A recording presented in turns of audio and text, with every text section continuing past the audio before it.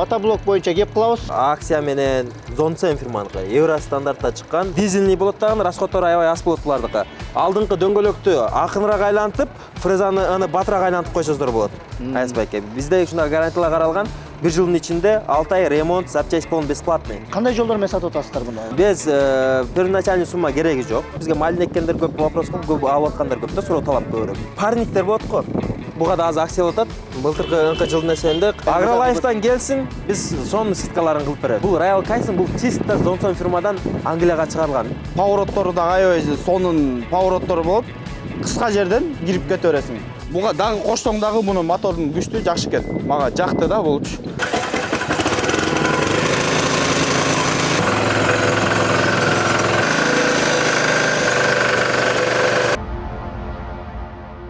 Саламатсыздарбы урматтуу мекендештер. Агролайф KG YouTube каналыбызда бүгүн биз мотоблок боюнча кеп кылабыз. Мына өзүңүздөр көрүп атасыздар, көптөгөн мотоблоктор турат. Биз азыр Бишкек шаарында жайгашкан Аламедин базарында турабыз. Табылга соода борборунда ичинде бутик бар, азыр тагыраак дарегин айтып кетебиз. Ушул мотоблок боюнча адистер менен, ушундай саткан балдар менен сиздерге маалымат берели. Биздин көрүүчүлөр менен учурашып таанышып алалы, биз андан кийин сөзүбүздү улантабыз. Ассаламу алейкум, урматтуу дыйкандар, мотоблок сүйүүчүлөрү. Мынакей бүгүнкү обзордо мотоблокторубузду чыгарып жатабыз. Дыйкандардын жумуштарын жеңилирээк кылып, Аязбайке.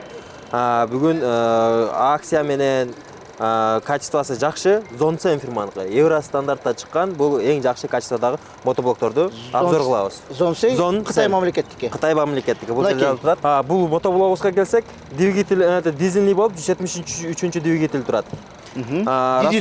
Дизельный болот дагы расходдору аябай аз болот булардыкы. 400 граммдан 500 граммга чейин аны расход кылат, расходдору. Двойной редуктор менен турат. Понижний, повышенный иштейт. Алдыңкы дөңгөлөктү акыныраак айлантып, фрезаны аны батыраак айлантып койсоңуздар болот. Ошондой кызматы бар, Iya, фреза алдыга да, артка да айлангандары. Булардын жакшылыгы адамды силтпейт, жеңил. Өзүң коюп койсоңуз дагы, уже чабып кете берет алар. Мындай канчалык бийик чөптөр болсо, ошо сантиметрине чейин түшөт. Булардын фрезаларчы өйдө, ылдый, төмөн болупчу. Ошо фрезаларын коюп, чапсаздар жеңилирээк болот да. Азыркы кезде именно ушул мотоблокту сурап жаткандар, кызыгып аткандар көп. Бизден былтыр 2024 алып кеткендер кайра эле сурап кайра алгандар болуп атат да. Демек бул текшерилген, сатылган дыйкандар бул жөнүндө жакшы ой пикирде, туурабы? Кийин буларга жакшылыгы, эң жакшылыгы гарантия берилген. Айсбайке. Бизде ушундай гарантиялар каралган. 1 жылдын ичинде 6 ай ремонт, запчасть полный бесплатный. Механик частьтарга кирбейт. Механик часть дегенде бул эми фреза, ручка-пучка сынып калса, булар гарантияга кирбейт эми. Основной мотор, коробкаларга бүт гарантия берилген. Гарантия берилет. 1 жыл. 1 жыл. 6 ай ремонт, запчасть полный бесплатный тетиктери. Биринчи 6 ай. Экинчи 6 ай сервисini биз карап беребиз. Тетиктер менен кандай проблема болуп калышы мүмкүн? Проблема болбойбу? Тетиктер менен эми бизде өзүбүздө тетиктер бар. Тетиктер эгер калбай калган учурда биз заводдон алып келип беребиз. Андан эч мындай завод менен байланышыңыз бар. Заводдордон алып келип беребиз, ооба. Келе, бунун баасын айтпайлы. Бул дизельныйлар 110 миң сомдон, 110 миң сомдон. Бензиновыйлары болсо 105 миң сомдон. Бензиновый барбы бу жакта азыр? Азыр бензиновый калбай калды. Азыр только дизельный, акыркылар калды азыр. Баасы? Баасы бул дизельныйдеки 110 миң сом. 210 миң сом. 110 миң сом. Мынакей урматтуу көрүүчүлөр, ушул 110 миң сом турган мотоблок экен. Бунун аттын күчү? Аттын күчү 9 аттын күчү. 9 аттын күчүнө барабар ушундай мотоблок сатылып атат. Кандай жолдор менен сатып атасыздар муну? Мындай жолдор барбы сата турган? Мына рассрочка түрүндө алса болот, мурабаха түрүндө алса болот. Азыр бардык банктар менен келишимдер түзүлүп атат. Кайсы банктыкы элге ыңгайлуу болсо, ошол банк менен биз иштешебиз. Азыр эми элдик банк менен мурабаха менен иштешип аткан болсок, ал элдик банктын филиалдары көп жерлерде жок болуп калып атат. Областтарда гана болуп, чоң райондордо гана болуп атат да. Аларда мурабаха түрүндө алса болот. Алар бизде исламский принцип менен алар бизден сатып алат. Кайра элдик банктан клиент сатып алат. Ошондой болуп калат. Мурунку биз билген РСК банк азыр элдик банк болуп калган, урматтуу көрүүчүлөр. Ошол банктын шарттары, өзүнүн шарттары бар. Алар боюнча дагы бир буюрса келечекте бир чыгарылыш даярдайбыз. Азыр ушул мотоблоктор боюнча сөзүбүздү уланталы. Демек бул 9 аттын күчү 110 миң сом. Сатуу жолдору эгер мисалы үчүн буну алам десе канча сом керек дыйканга? Азыркы кезде 110 000 сом керек. 110 000 сом керек. Если банк менен келишим түшсө, кредит историясы жакшы болсо, Кредит историялары жакшы болсо, только паспорт эле керек. паспорт эле. Мындай акча жок деле алып кетсе болот экен да. Без первоначальный сумма кереги жок. Жөн эле өзүн эле паспортты алып келип, историялары жакшы болсо, алса болот. Урматтуу дыйкандар, кандай жакшы. Мына жаз келе атат, эртең эле жаз келет.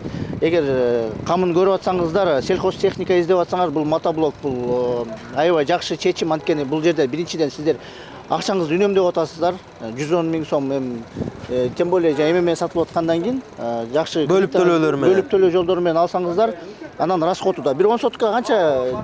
Эми 10 сотка ашып кетсе, бир 2 литр расход кылат. 10 сотка 2 литр. Дагы бир Аязбекке жакшылык жагы мындай. Азыр малина эккендер көп, башка эккендер көп. Бизге малина эккендер көп, вопрос көп алып аткандар көп да, суроо талап көбүрөөк.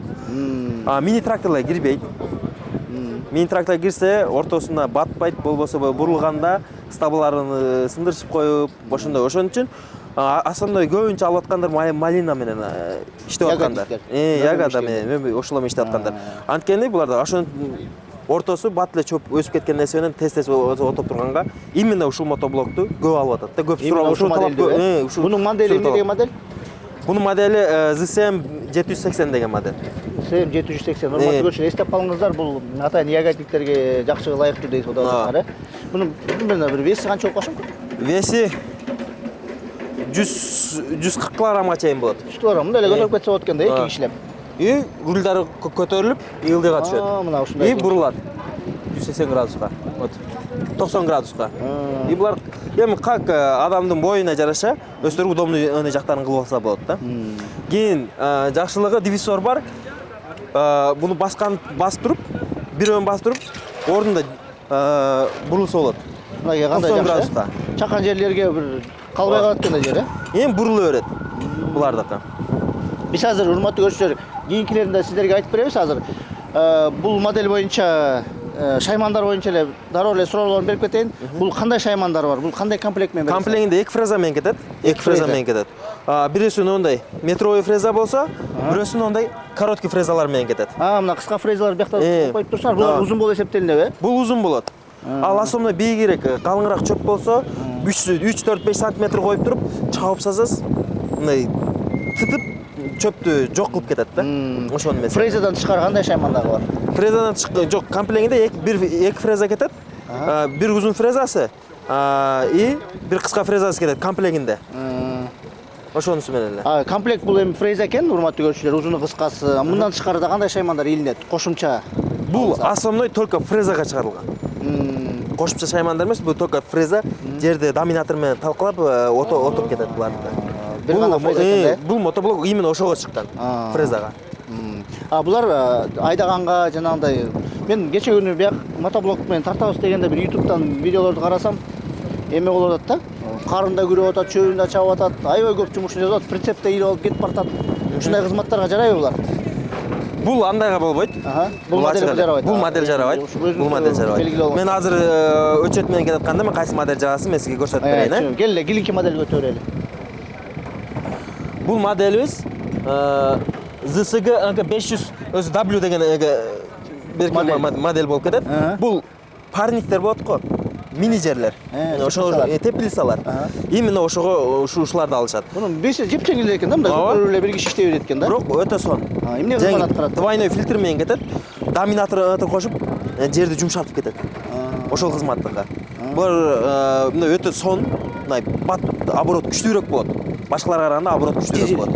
Бул бензиновый болот, 3-4 двигатель болот, двигательдери. Аттын күчү болсо 4 аттын күчү болот. Бул минизи. Расходу канча болуп калат? Расходдор 4 аттын күчү двигательдер болсо 1 литрге чейин болот. Бул бензиновый. 1 литрге чейин. Ошондой саатына иштесеңиздер болот. Баасы канча мунун? Баасы булардыкы 35 000 сомдон. 35 000 сом. Жанагындай жолдор менен сатып бересиз. Мунун баарын эле окшоп. Бардыгы ошол рассрочка түрүндө алсаңыздар болот. Мынакей. Келиңиз, кийинки өтөрөлү. Андан кийинки модель ZSB 500 деген модель. ZSB 500 деген модель. Именно ушул модельге азыр акция жүрүп атат. Акция. 33 000 сомдон болуп атат. Бул марттын аягына чейин акциялар коюлган. Жакшылыгы буларда ременовый болот. 210 двигательдер турат. жакшылыгы. Евростандартта 210 двигателде турат. Гарантиялары как положено, ана бардыгына бирдей гарантия берилген. 6 айдын ичинде ремонт запчасть болуп бесплатный болсо, 6 ай сервисный берилет. Акция деп атасыңар, урматтуу көрүүчүлөр, акция боюнча бир тагыраак маалымат берип кетпесиңерби? Азыр 33 000 болуп атат. А буга чейин кымбатыраак. Буга чейин 38 000 сом болчу. 38, 5 000 сомго скидка кылып. 5 000 сом 2024, 2024. 38 000, 37 000ден сатылган. Азыркы кезде ошо марттын аягына чейин биз акция кылдык 33 000 сом. Бунун кызматтары эмне кызмат аткарат? Буну сиз айтып аткандай, мини тележкага коюп алсаңыз болот. Тележка аркасына сүйрөп алсаңыз, прицеп. Арышник койсоңуздар болот. Картошка копатель. Бунун функциясы универсальный бул. Бул универсальный экен да? Бул универсальный, бардыгына иштесеңиздер боло берет буларды. Канча аттын күчү? Бул 7 аттын күчү болот. 7 аттын күчү. Двигатель ону 210 двигатель турат буларда. Могу жерде бир шайман отурат, бул кызматы. Бул мото бурдуку көчөт орноткону. Бул өзүнчө коюлуп турат, Бул өзүнчө коюлуп турат. Бул мото бур именно бул 300 диаметрдеги бурлар булар көчөт отурусканга именно.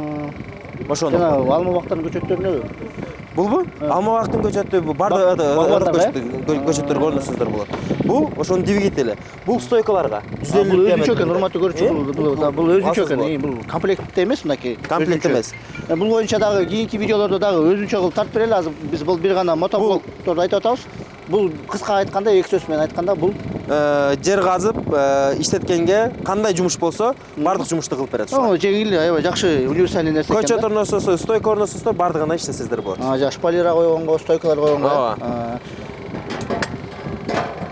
Так, урматтуу көрүүчүлөр. Биз мындай кыска нуска айтып берип атабыз. Эгер силердин өзүңүздөрдүн суроолоруңар пайда болсо, биз бере албай калган, унутуп калган суроолор болуп койсо, комментарийге жаза кетсеңиздер, биз Кудай буйрса, ошо Али мырзага келип, сиздерге дагы кененирээк маалымат беребиз, сиздердин суроолоруңарга жооп беребиз. Балким дагы акциялар болуп калат, ошол боюнча дагы маалыматтарды берип турабыз. Кийинкиге өтөлү. Бул ZSB 900 модель. Буга да азыр акция болуп атат. Былтыркы жылдын эсебинде 42 000 сатчубуз, азыр 35 000 сом. 7 000 сомго скидка. 7 000 сомго скидка да. Марттын аягына чейин. Бул дагы ZSB 900 модель, бул эң жакшы модель. Качестволор аябай жакшы чыккан. Чугунный редукторлор менен буларда деле мынакей Zonsen фирманыкы 210 двигатель турат. Аттын күчү 7,5 аттын күчүнө барабар болот.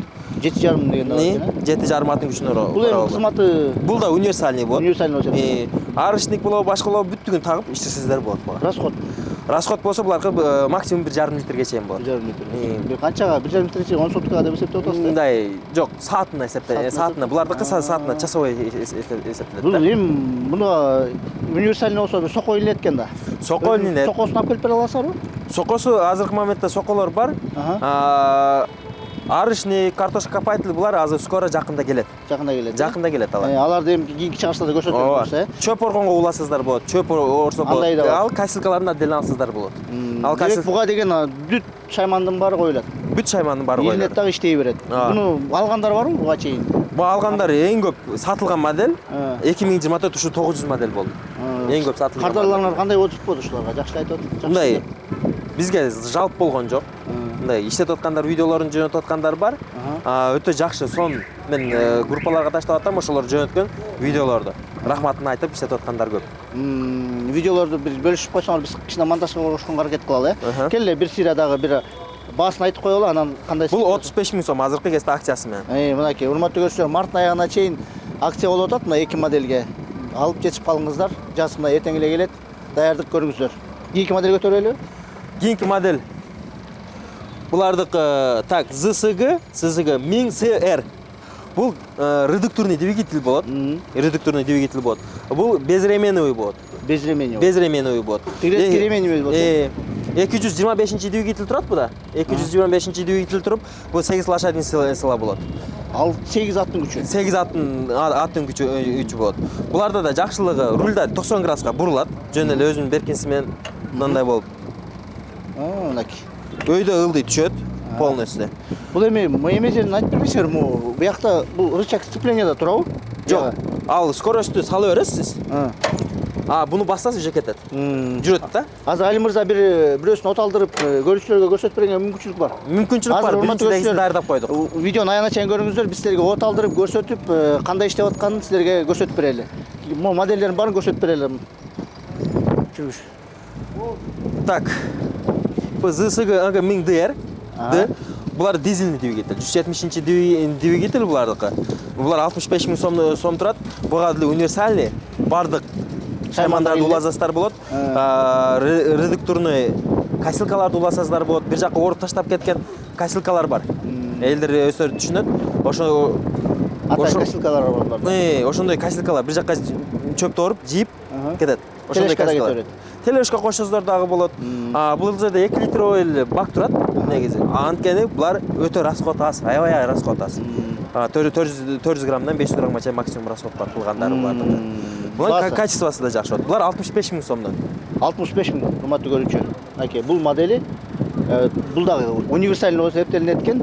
Керектүү шаймандарын Али мырза заказ кылсаңыздар, телефон номерлерин таштайбыз. Заказ кылып, өзүңүздөр суроолоруңузду берип, тактап алыңыздар. Булар ZSG 1350 DR модель. Бул ушундай эле дизельныйдын чоңу, дизельный. 186 двигатель турат. 800 граммдан 1 литрге чейин саатына расход кылат, расходу. Булардын жакшылыгы статор и ручной деп оталдырсасы болот. Булар буга чейин баары ручной эмес болчу, э? Булар бардыгы ручной. Ручной болчу. Булар статор менен дагы, электростатор и пускач менен дагы оталдырсасыздар болмок да. Бул жерде двойной фильтр кетет, түгү масляный фильтр, үстү губка кетет. Булар өтө жакшы качество менен чыккан. Буларга 500 килограммга чейин телевишке угулап жутарсаздар болот. Бул күчтүү өтө мотоблок болот, бирок салмагы оорураак болот. Салмагы оорураак. Аттын күчү 10 лошадиный сила болот, чисто фактически 10 лошадиный сила. Буларга караганда эң көп күчтүү экен. Качествосы да жакшы. Фактически бергени 10 лошадиный сила. Бизде келип атпайбы? Арзан двигательдер менен коюп эле 19-17 лошадиный сила деп. Мини заводдордон. Бул жок. Завод кандай как фактически жазган ошо менен кылат. Баасын айтып коелу да бир кайтала. Булар 95 000 сомдон. 95 000 сом. Булар дагы 95 000 сомдон өзүнүн группадагы мотоблоктордон, өзүнүн мотоблок клиенттерибизден келсе, булардын скидкаларын кылып беребиз. Бул азыр базардагы баасы 95 000 сом. Скидкалары бар экен. Агролайфтан келдик, скидка кылам дегенсиңер деп айтыңыздар. Скидка Агролайфтан келсин, биз сонун скидкаларын кылып беребиз. Мынакей Агролайфтан келдик деп сөзсүз түрдө айтыңыздар. Анткени деген мынакей скидка боюнча кеп кылып калдык. Сиздерде ушул кардарлар, алган кардарларыңар бар? Ушул бизде ким мырза деген жигит бар эмеспи? Ягада мен иштегенчи. Ушундай мотоблок алгам деп биз конокко чакырганбыз. Азыр ушул мырзадан силерге мындай бир кыска нуска ушул мотоблоктордун бир ой пикирин сурап коелу. Ал азыр келет, биз андан сурайбыз, э? Биз буларды бүтүп салбайлыбы? Бул ZSG 1350 деген двигатель. Бул бензиновый кетет. 420 двигательдер турат буларда.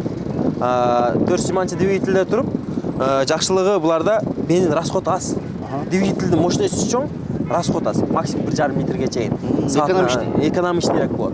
Сонда 192 двигательдер болсо, булар 2,7 литрге чейин ичип атса, буларды максимум 1,5 литрге чейин расход кылып турат да. Ошондой разницалар менен. Кийин качествосы жагынан булардагы эң жакшы качествода статор, электростатор ке ручной оталдырса болот. Бактар 6 литровый кетет. Бул да универсальный. Универсальный. Тележка канча тартат? 500 килограммга чейин тартып берет тележка. Аттын күчү булар 12 лошадиный сила болот. Бул дагы көп экен да. Бул фактически 12 лошадиный сила берет. Буларга да бардыгына бирдей гарантия каралган. Канча баасы? Баасы булар 88 000ден. Булар чисто оригинал двигательдер булар.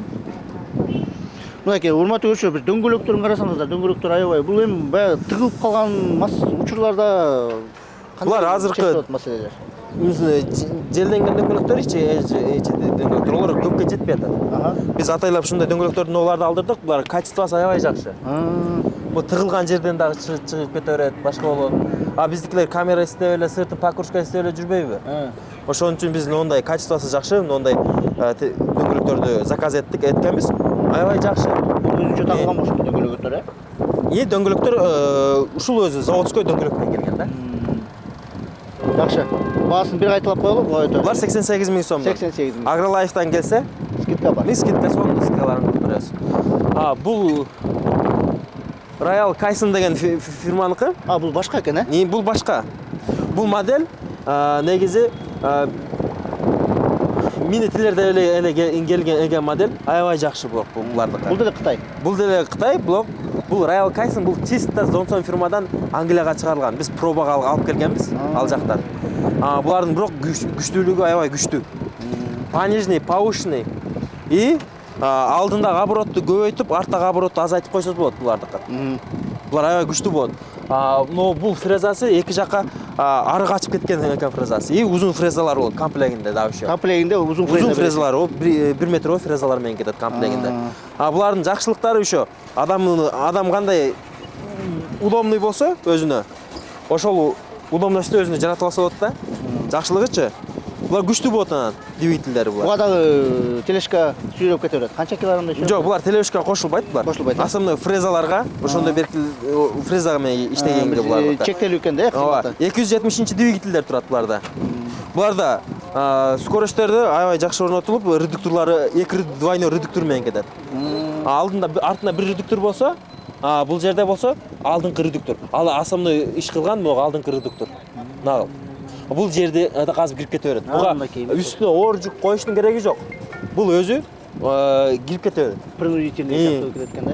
Муну как уровень катары, мисалы 2 см киргизем десеңиз, но уровеньде 2 см коюп койсоз болот. Ошол 2 см гана чабып кете берет. Андан терең кылам десең кете берет экен да. Уровень менен өйдө ылдый кыла берсеңиз да болот. Мунун баасы канча? Мунун баасы 115 000 сом. Буларды башка фирма экен, гарантиясы кандай булат? Булар гарантиясы ушул эле завод, Johnson завод. Royal Kaizen'de бул Англияга чыгарылган. Бул да бир өзүнчө бир европейский стандарттарга жетилген бир мотоблок. Бизге проблема жок. Ал заводко эгер запчасть керек болсо, биз заводдон алып бере алабыз. Запчасть тетиктер менен проблема болбойт. Проблема болбойт. Бул деле жанагындай банк аркылуу сатасыз. Банк аркылуу, бардыгы банк аркылуу. Али мырза, мынакей биз ушундай көптөгөн түрүн айтып бердик. Ошо бир мотоблоктун бир плюстары, трактор менен айырмаланган бир чоң плюстардын бир 3-4 түрүн айтып бербейсиңер? Эмне үчүн биз дыйкандар жакан жерге ушундай бир мотоблок алып коюшубуз керек? Эми тракторго аябай чоң жер делейт да. Экинчи плюсу болсо, бул экономичныйрээк болот. Мисалы үчүн трактористке акча бербейт, акчасы өзүнүн жанына калат. Еще каалаган убакытта бош кезинде иш кылса боло берет да. Арзан да бул. Бул арзан да болот. Өзүнүн жанында калат. Еще расходу да аз. Расходдор да арзан 2-3 болот. литр, бир 10 сотка жерге 2-3 литр кетип атса, акчасын да үнөмдүү атпайбы, э? Акчасы да үнөмдүү болот. Бүгүн көптөгөн жумуштарды кылсаңыздар болот. Универсальныйлар менен көптөгөн жумуштарды аткарсаңыздар болот. Основной гектарлап малин эккендер бар, гектарлап малин эккендер бул основной минилерин алышат. Жозум тракторларды менен кирише албайт ортосуна, анын ортосу осо 1,20 метр эле болот. Ошол нерсе менен основной беркилерди алышып атат да. Мотоблокторду алышып атат. Мен дагы бир плюсун айтып кетейин. Мен деле бир мотоблокко кызыккан учур болгон. Бул эми эксплуатациясы, обслуживаниясы оңой да. Туурабы, мотоблок мисалы үчүн трактор бузулса, ремонтко акча кетет, тетиктерине кетет. Бул эми ремонт кылганы бир жеңил. Өзү деле жасап коет. Бул плюстар айтылды. Мунун көптөгөн плюстары бар. Дагы азыр биз ушундай бир мотоблокко ээ болгон бир кардарыңардан бир отзыв сурайлы. Бир өзүнүн ой пикирин айтып берсин, э? Биз ошон үчүн мырза деген байкени чакырганбыз. Былтыр бизден алышкан 2024. Аябай сонун иштеп берип, мындай сүйүнүп атат да. Мен анда мырза байкеге мини трактор алып бердим. Жакпады. Чоңураак дизельный мотоблок 80 миңге алып бердим. Ал да жаккан жок да. Урматтуу мекендештер, урматтуу дыйкандар, биз AgriLife KG YouTube каналыбызда көптөгөн чыгарылыштар бар. Өзгөчө мөмөлөр тууралуу видеолорду карап чыксаңыздар, бизде мына Мырза деген жигитибиз бар. Бир нече чыгарылышка катышкан. Бүгүнкү чыгарылышта биз ушул мотоблокко ээ болгон экен, ошол боюнча бир өзүнүн отзывын, орусча айтканда ой пикирин айта кетет экенсиң, э? Биздин көрүштөр менен бир учурашып таанышкандан кийин сөз уланталы. Ассаламу алейкум, урматтуу туугандар. Мен деген 2024-жылы мотоблок алгам. Ушундай мотоблок. Мотоблоктун алган себеби деген эмне деген чөп өсүп кетет да. Чөп өсүп кетет, ошон чөптү жок кылыш керек. Жумуш жеңил болуш керек.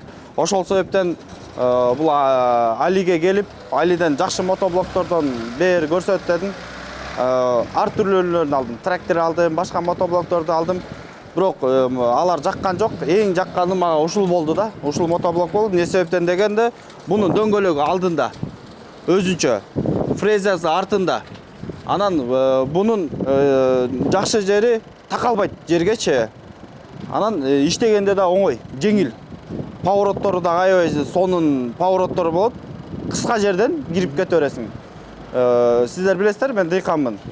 Ошол малинанын арасында поворотторго аябай жакшы экен. Ичиндеки арыктардан деле өтүп кете берет экен да, бул күчтүү экен. Анан бул дизельный экен. Мен деген 30 литр алып келип койсом, ошол күзгө чейин жетти да. Бир сезонго жетти. Бир сезонго 30 литр жетти. Аябай аз ичет экен. Анан мен бул Алидан суратпаймынбы, канча литр депчи. Канча литр ичет десем 300 грамм ичет деп атпайбы. Бул ушунусу жакшы экен. Буга караганда жана чөп чаккан касилка, ага бензин ташый берип тажап кеттим да. Анан бунун бир эмеси деген такалбайт биринчиден. Экинчиден болсо жеңил иштөөгөчү. Анан бунун фрезасы артка да айланат, алдыга да айланат да бунунчу. Артка мондай скоросттору бар. -2, -1 депчи. -2ге койсоң, бул эме вентилятор айлангандай эле катуу айланып берет. Андан -1ге койсоң, тихоходко менен бирок сонун эле айланат. Анан эме +1ге койсоң, бул алдыга кетет. Бир ход мененчи. Анан бундан деген скоросту тихоход, анан быстроход. Анан задний дагы бар. Задний да бар. Заднийга дагы кетет. Нейтралкасы дагы бар. Анан бунун деген өзүңө ыңгайлуу болуп, каалагандай кылып. Кааласаң мондай поворот да кылып эмете бересиң да бунучу. Өзүңө ыңгайлуу болуп. Каалагандай кылып, мону айдап со стороны да айдап жүрдүк да бизчи. Плато айтып айдап жүрдүк. Анан бул жактан келип караганда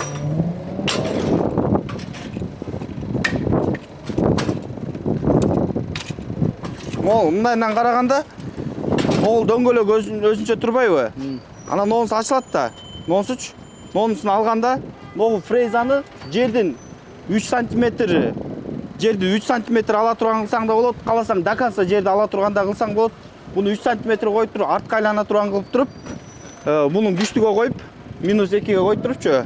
Айдасаң өсүп кеткен 20-30 сантиметр чөптөрдү шылып салат. Жерди капкара кылып мощный кылып коет. Ото чөп басып кеткен жерде дагы бул кирип кете берет. Анан фрезасына чөптөр оролбойт дагы да. Оролгондо дагы 1,5-2 километрде жүргөндөн кийин бир аз кээ бир чөптөр катуу болгондуктан үзүлбөй эметкендиктен ошолор чогулуп калат. Бул жерде деген оңой. Тигин аласың, буну аласың дагы 5 мүнөттө тазалап туруп, кайта тагып коюп туруп, кайта иштей бересиң да. 1 гектар жерде деген 2-3 жолу эле тишин тазалап коесуң. Бул ошонусу менен жакшы экен да. Анан мен дыйкандардын бардыгына ошол нерсени сунуштайм. Жеңил биринчиден иштөөгө. Муну 2 киши көтөрүп кетет. Буну 2 киши көтөрүп кетет. Анан экинчиден ноголар турбайбы? Басканда бул дөңгөлөктү бошотуп берет дагы, оң тараптыкын, соң тараптыкын бөлүп берет, поворот кылып кете бересиң. С места турган жерден эле поворот 360 градуска поворот кылып кете бересиң. Бунун жүрүшү оңой. Мен тартканда эле мощный эле кетет да. Жүргүзүүдө эч кандай кыйынчылык жок. Урматтуу көрүүчү, азыр сиздерге көрсөтүп, оталдырып көрсөтүп беребиз. Ага чейин 1-2 суроо берип алайын, Ооба. Бул өзүнүн акчасын актадыбы? Бул өзүн аябай актады. Себеп дегенде мен 110 миңге алгам. Марабаха системасы менен алгам. Бул жактан 110 алдым, банк 10 миң сом кошту, 120 миң сомго алдым менчи.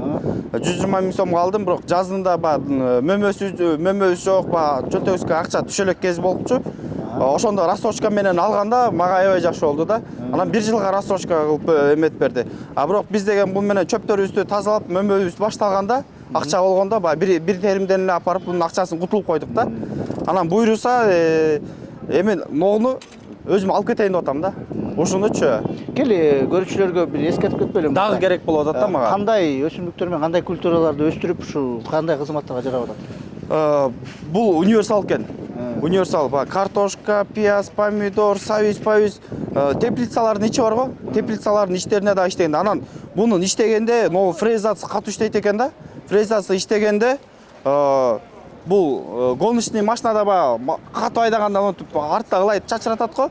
Ошондой эле жерде айлантып иштегенде адам боюндай болуп туруп эки капталдан сапыраткан, бирок могу жерде защитный штоктору бар да, адамга мешайт этпейт.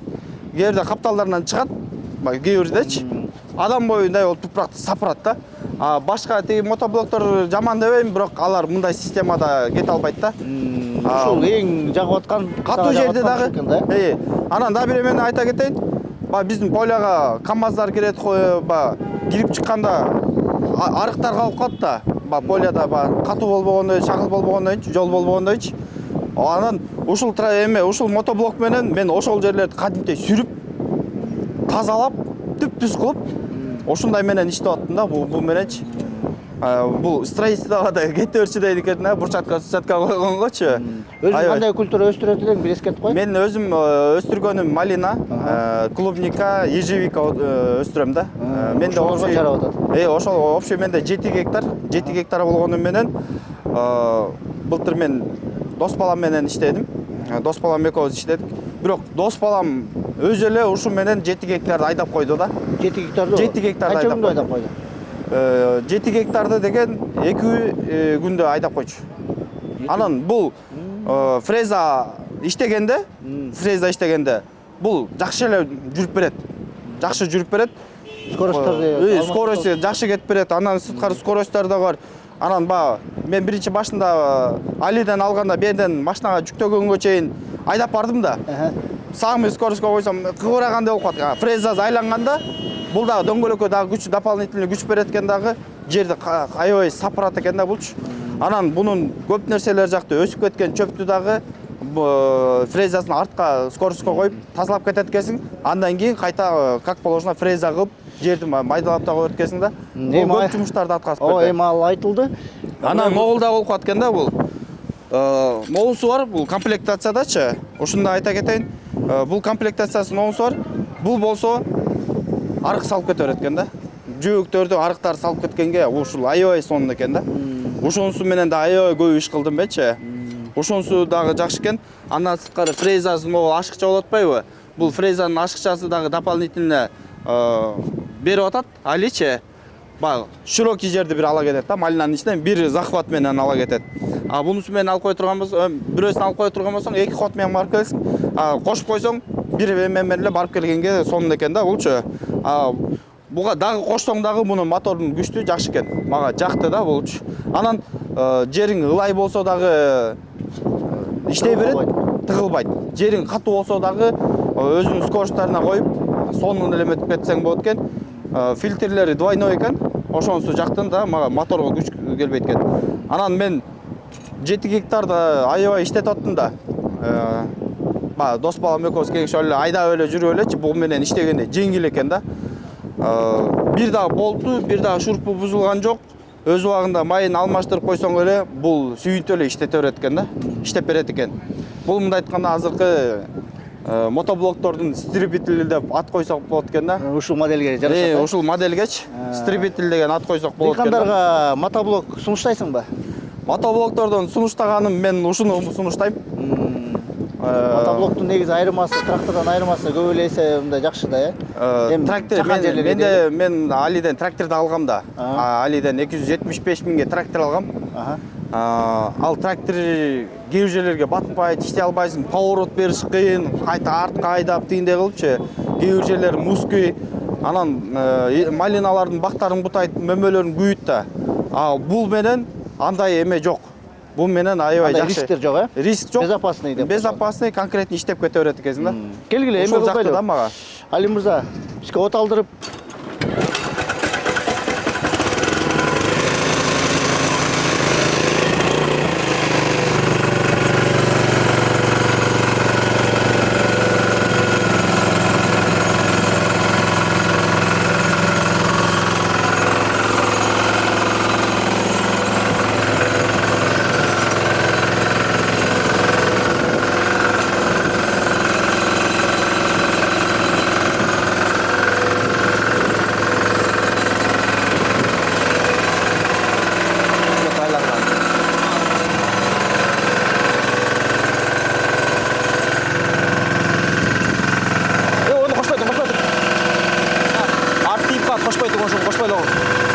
Жоқ.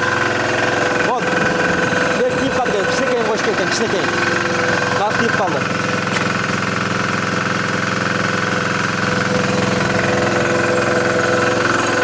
Мен алдыға ашқа қойып пішесіздер бұл.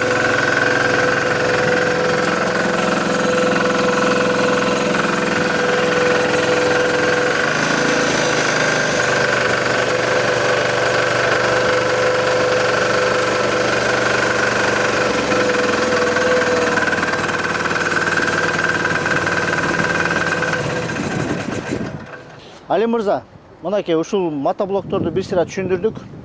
Эми Агролайфтан келсе скидкасы бар дедиңиздер. Скидкасы бар. Агролайфты сөзсүз түрдө айткыла, скидкага ээ болосуздар. Анан биздин көрүүчүлөргө дарегиңизди бир айтып койгула. Жумуш тартиптерин дагы айтып Бишкек, Аламидин базар, Табылга торговый центр. 1-нчи этаж, Е12-13. Е12-13 деп эстеп калыңыздар. Бул жерде бутиктер көп. Жолуп кетиш мүмкүнчүлүгү бар. Анткени бул жерде только 2 мотоблокко гана акция жарыяланган. Ошол мотоблокторго гана скидка жок, калгандарына биз өзүбүздүн сиздин сайтыңыздан келаткан болсо, өзүбүздүн сайттардан келаткан болсо, группалардан келаткан болсо, керектерине 10%ке чейин скидкалар болот. Кандай жакшы. Кандай жакшы. Керектерине 5%, минимум 5%ке чейин скидка болот. Бул Табылга канчадан канчага иштейт жумуш тартиби? Саат 9-дан 6-га чейин стабильный иштейт. Эми телефон номериңерди бир айтып койгула, андан тышкары дагы жазып коебуз. 0700 49 96 96. Бул кимди сурайт? Бул менин өзүмдүкү. Дагы номерлери барбы? Бар. 755 44 63 64. Эки номерге кайрылсаңыздар болот. Ошол номерлерге кайрылсаңыздар болот. WhatsApp'тары бар. WhatsApp'тан силерге суроолорго жооп берет.